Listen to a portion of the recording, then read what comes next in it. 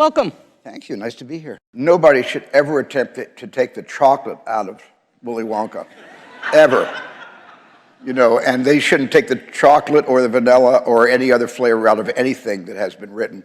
It is absolutely, for me, it is sacrosanct. It's something that is our history. It's our cultural. It's our cultural heritage. All our movies are a kind of measuring. It's sort of a signpost of where we were when we made them, and what the world was like, what the world was receiving when we got those stories out there. Yeah, I do not believe in censorship that way. Okay.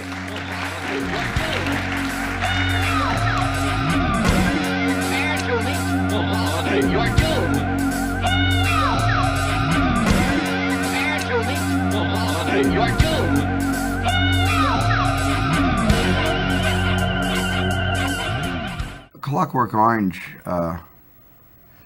was, I think, the first punk rock movie ever made. And you know, it was a very bleak vision of a dangerous future, where young people, teenagers, are free to roam the streets without any kind of parental, exception, and they break into homes and they assault and rape people, and it was that the subject matter was dangerous. But Kubrick had a kind of twinkle in his eye, especially the scene where you hear Gene Kelly singing in the rain. When he's basically kicking a man practically to death. And that was one of the most horrifying things I think I've ever witnessed. Just a counterpoint of the music and the song and kicking him every time the music commanded it. And that was audacious and I think very dangerous in its time. And when you put on Singing in the Rain during that sequence where he's kicking that person to death, it is utterly contemptuous. And it is almost like saying, why isn't somebody doing something about this? Where's the world when these acts of man against man are happening all over the world, every 30 seconds? Where's justice? Where's order? Why do we allow this chaos to happen? And of course, the great morality play that is Clockwork Orange is. But when you look at the movie right now, unfortunately, history is caught up to the movie.